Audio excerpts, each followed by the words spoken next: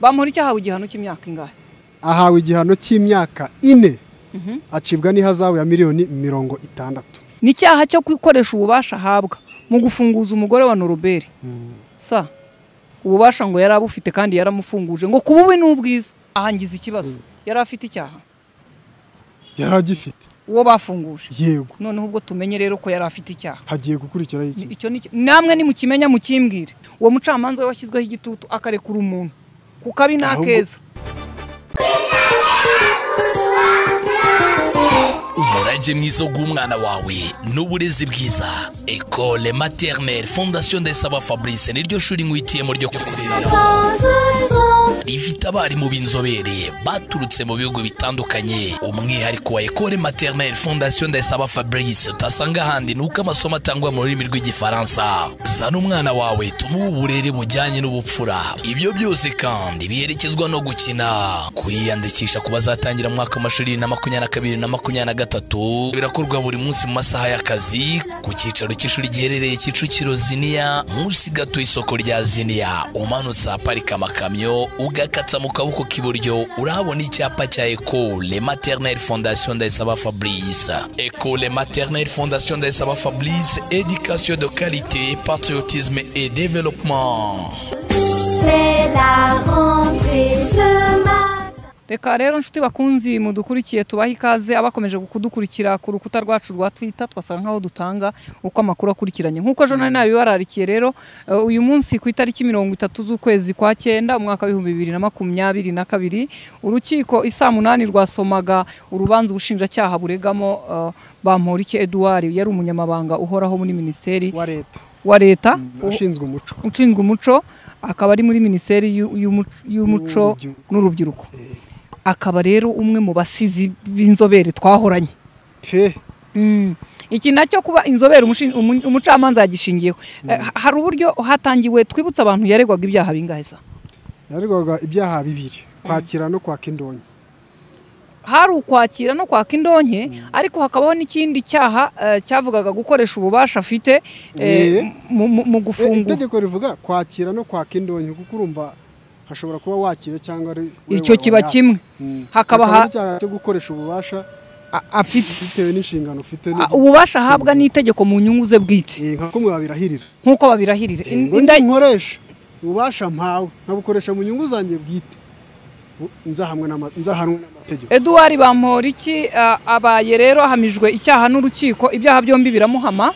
Icyaha kijyanye n'ububasha nacyo cyamuhamye aho umucamanza yagize ate cyangwa urukiko yitwaje imyanya y'icyubahiro yigabiza cyangwa yakira amafaranga cyangwa ibindi biguzi ku bubasha bw'uwo muntu nyine yari amufite yitwaje iyo myanya. Bangwa icyo cyaha rero kiramuhama. Ntago yari umuturage usanzwe yabikoze azi neza ko hari amategeko abibuza ku imvugo y'umucamanza cyangwa y'urukiko yakoresheje ngo yitwaje imyanya y'icyubahiro. Yigabiza imitungo y'abandi mu buriganya.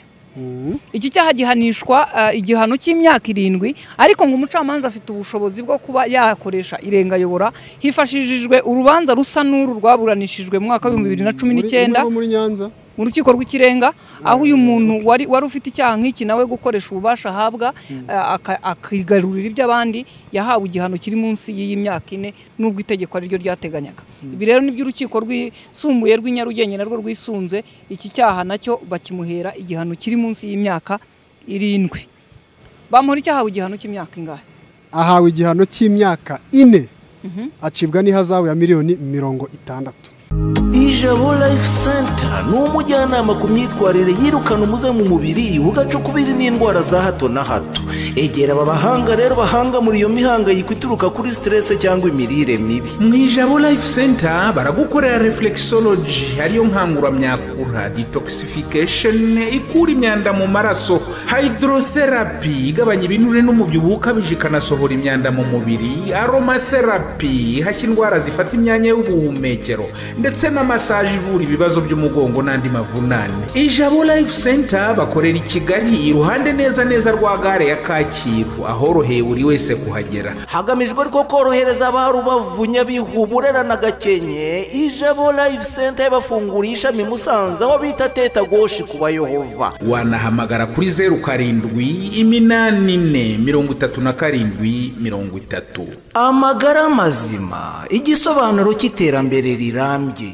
hanyuma hari akantu umucamanza yashyizemo katari sawa aragira ati ku busabe nyine bw'umwavoka cyangwa n'uwaregwaga bwo gusubika igihano ati uyu waba ari umuco aba ari ukorora ingeso yo kudahana ako kana aramutse iki cyaha nta nubwo byaba nk'umuntu wari ufite inshingano zo kubera icyitegerereza abandi nk'umuyobozi ariko kuba icyitegereza abandi ngo mu muco ngo akaba n'umuhanga ariko kari akantu umucamanza yagashyizemo nawe yabyemeraga nta kuntu iki cyaha atagihamo mu by'ukuri ngira ngo navuga ngo basubiye mu byo twari twababwiye ubushize ingingo z'amategeko zihana ariko ikindi kintu cyajeho gisa nkaho gitunguranye noneho cyangwa cyumvikanye nuko Gatera Norbert ari we wakomeje kugaragaza ko atari ishimwe yatanze ahubwo ari ruswa yari ishingiye ku iterabwoba ariko umva ikintu cyabaye kuri iyi gahunda yo kuba yaramubwiraga ati nutampa amafaranga bazagufungira koko ngo nibyo byabaye baramufungira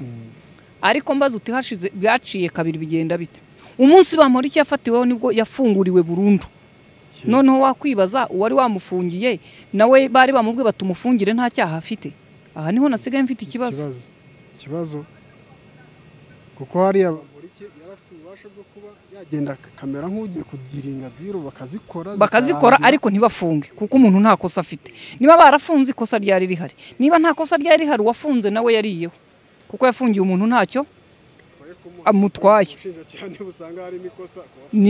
nicyo uwafunze kwa Norbert kariya yakoreraga muri Romantique kandi bamuriki yarabikoresheje nk'iterabwoba kugira ngo bamuha amafaranga niba koko yarateye ubwoba nta kosa rihari baramufungiye uwamufungiye nta kosa rihari we ninde hanyuma niba nta ikosa ryari rihari kuki yafunguriwe kuko ubu harafunguye urumva aho nahise mbikizungereza ariko umva kandi kantu uribuka yantuza nababwiraga bushize ni cyaha cyo kwikoresha ububasha ahabwa mu gufunguza umugore wa Norbert ububasha ngo yarabufite kandi yaramufunguje ngo kubuwe n'ubwiza iyo mvuga umucamanza yayikoresheje byanga bikunda yarahamagaye bishoboka ngo ubushinjacyaha abacamanza inzego zose akamwibwira nka minisitiri ni ukuvuga ngo abo yahamagaye bagize ubwoba bafungura umuntu ufite icyaha kuko umucamanza yavuze ngo byongeye ngo yarari no mu bikorwa bidafite aho bihuriye na za nshingano ze zisanzwe zo muri ka kazi ahubwo yagiye mu bindi by'ibikorwa remezo by'ibiki n'ibiki byose hanyuma bigaragaza ko aje kwefirwa ahangaha ku mucamanza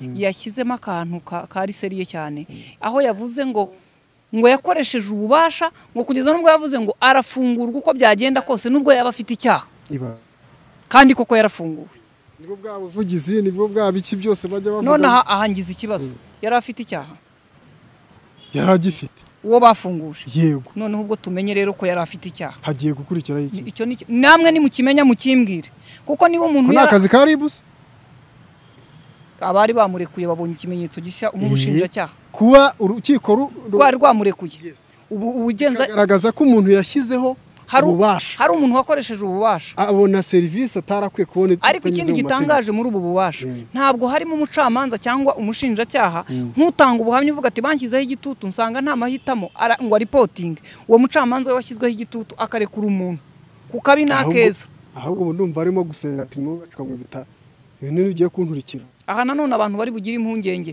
niba ubucamanza bushobora gushyirwaho igitutu ubugenzacyaha ubushinjacyaha umuntu akarekurwa umuntu ufite minisitiri baziranye kandi minisitiri akaba atari inyangamugayo biravuga ko hari abantu bafunguye batari bufungurwe byashoboka ubu hashobora kuba hari abantu bicaye barafunguye bari rized gusa ikintu cya mbere bamuhora icyaha ubutabera kandi n'umuryango mugari w'abanyarwanda ubonye ubutabera kubera ko ku munsi wa mbere afatwa nari mu bantu babazaga nkabaza ubutabera niki niba umuntu ashobora kwiyemera ko yakoze icyaha akaguma mu rugo akumvise akantu kajyanye no kuba ngo inyito kuyihindura inyito yo kuyihindura n'ubundi ubushinjacyaha umucamanza arangiye ahinduye kuko ntago byari bube ruswa kuko nta rwego yari ahagarariye ariko cyangwa indonyi ariko birangiye bibaye yitwaje imyanya y'icyubahiro ibyaha bibiri biramuhama yigarurira imitungo y'abandi mu buriganya. Ni ukuvuga ngo aha ni cya cyaha cya kindi umwavoka yanzitizi yatangaga yavugaga ngo kwihesha icyundi mu buriganya.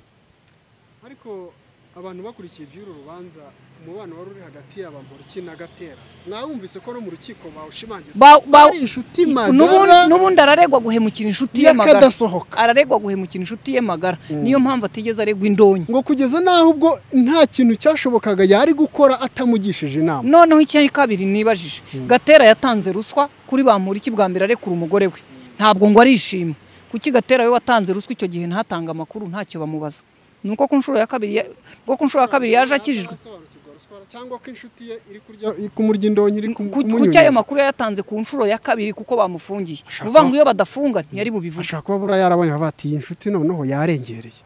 Yakabije yazanye imidani. Ariko none dusubira mu mategeko ku nshuro ya mbere ibyo miliyoni 10 yatanze. Kuki atazi reportings. Kandi ahakana ati ntibyari ishimwe ahubwo byari ruswa yo kugira ngo umugore wanjye afungurwe. Noneho cyangwa bwa mbere yavuga ati Bamporiki agiye kuba taxi moto. Warayankura aho yajyana kuba yafite kandi koko ayo mafaranga yagezeyo kubera ko umugore yarafunguwe.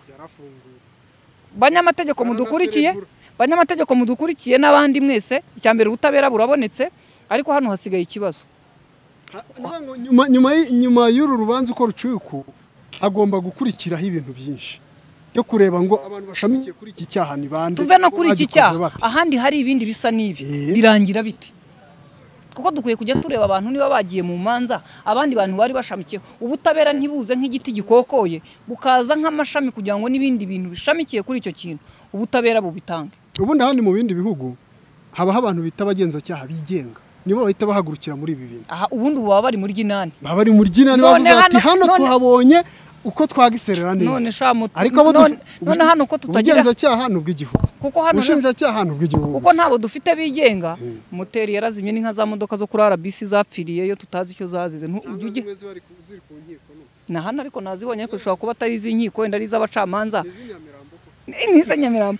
Ngayo nguko rero hano gusa hasigaye ikindi twibutsa abantu ko Bamporiki ku myaka inakatiwe n'amafaranga angana na miliyoni 60 mu gihe yari yasabiwe gutanga miliyoni zingana 200 agasabirwa n'igifungo cy'imyaka 20. Tugira ngo twibutse ibisa nibi urubanza rusa nuru Munyakazi ubwo yaburanaga ku cyaha nawe nk'iki yakatiwe igifungo cy'imyaka 10 mu bujurire ahabwa imyaka 5 irasubikwa. Minister muri Ministeri y'Uburezi. Aha rero turi bwibaze na Bamporiki mu bujurire iyi myaka bazayigabanya hanyuma nawe bayisubike kuko baracyafite amahirwe yo kujurira kandi ntabwo ahera ko atabwa muri yombi aracyafatwa nubwo ahamijwe n'icyaha ariko ntabwo ahera ko ajyanwa muri gereza. Ikindi yarariwe mu rugo nkuko byakomeje kuvugwa n'umugenzacyaha umuvugizi wa RIB yaravuze ati yategetswe hari ibyo yategetswe n'ubugenzacyaha kubahiriza. Ubu rero ntabyo agitegetswe n'ubugenzacyaha kuko urukiko nirwo rumukatiye. Ese ko adafungiye mu rugo akaba adategetse umucamanza adategetse aho aba Bamporiki turahurira nawe ku isoko mu misa mu bukwe mu gihe akiri mu bujurire yabutanze hariho period uku kwezi nyine uku kwezi araba duhura nawe kuko umucamanza ntigeze ategeka ngo agume mu rugo ntabwo yigeze ategeka aho yarari kandi we muri gereza bameze batyo ariko bategereje ku itariki 30 z'ukwezi kwa 10 n'abatajuriye. Ubu rero turaza gura nawe mu misa turahura nawe cyangwa araguma mu rugo. Aha naguma mu rugo nihagira urundi rwego rumutegeka kuguma mu rugo birabinyuranyije n'amategeko. Ariko yari cyakiyobera ubonye nk'urubanza rwe Rwandimba ko bavuze ngo arafungurwa agahita afungurwa kandi ubushinjacyaha bushobora kujurira. Oya ariko nukuvuga ngo kuko ubushinjacyaha buhagarara inyungu za rubanda kandi n'uwafungurwaga yari rubanda ubushinjacyaha buramutse bujuriye yashobora gusubirayo. Ariko igihe cyose amahirwe abahabwa uburana afunzwe umuntu we amahirwe menshi abahabwa uburana afunze ubu Bamporiki abaye ari muri gereza sibyo umucamanza yari buhereka akamurekura gereza yari bumurekure noneho igisigaye ubushinjacyaha bwajurira akazabona gusubirayo cyangwa ntasubire yatsinze. Aha ngaha icyo ndimo nibaza RIB yari yaramutegetse aho ahagarara nizere ko nayikuyemo amakare umuntu atangiye kugira amatya. Nizere ko gipanga ari bugifungure none. Oya turamusura tugiye kujya kumubaza ukuri noneho akutubwire. Murakoze cyane reka rero tubashimire kandi dushimire ko mwakomeje kubana natwe mu biganiro bitandukanye by'umwihariko kubijyanye n'ubutabera ku itariki 5 tuzaba turi ku rukiko nanone nkuru urunguru tuje kumva urubanza rwa Preskide uzwi muri iyi ntuza yateguraga Miss Rwanda ani tuzongera kumva urubanza rw'abanyamakuru bamaze imyaka irenga 4 bafunzwe by'agateganyo rwongeye gusubika inshuro nazo zitari nke rusomwa tuzumva urubanza itariki 11 z'ukwezi kwa 10 urubanza rwaho abaturage ba Kangondo baregamo umujyi wa Kigali mu kutabaha ingurane ikwiye kandi yumvikanywe katubashimire mukomeze kugira ibihe byiza murakoze papa bebe ndawuse shandeho wa mugabo byagenze bite se kandi ubona ukuntu ndi kwishimagura ahantu hose imiburuko yandenze wa mugabo ubwo ntago uramenya Salo La Beauté se Salo La Beauté se itandukanye n'izindi salo nzi ni salo y'ikitegerezo iri hara ku Gisozi rwose hariya kuri Yerika munsi ya Romantic Garden ko msanzwe mpaca se ntayibona inyarukirayo baragukoraho ryake bogosha abagabo basuka abagore batunganya abana mu mutwe ndetse babakorana za durede byose papa bebe iyo salo se nawe ntabwo uyizi ahora n'iki yamayizi se akaba ari kumbwira gutyo ko bakora neza bigeze aho ngaho nakabaye mfite ino miburu yose mfite iriya salo nanjye mbafiteho ubuhamya kuko nabo bankoreye ku bukwe bwanjye n'abakobwa bari bangaragiye erega niyo mpamvu twaziye kugiye tudacerereza abakwe niyo mpamvu mwasaga neza muri Salo La Beauté tugukoraho rikaka wifuza ibisobanuro cyangwa ibindi birambuye wahamagara kuri telefone 0782 32 34 84 cyangwa se kuri telefone 0788 51 42 02 Kaniro ryabo n'izindi saro nuko abageni babasanga mu rugo erega nawe waba wiyubashye ufite ibyo uhugiyemo bagusanga mu rugo bakora makeup ku bageni basiga inzara mbese ntacyo wahaburira Gana Salon de Coiffure La Beauté nawe umwe mu basirimu babereye umujyi ukeye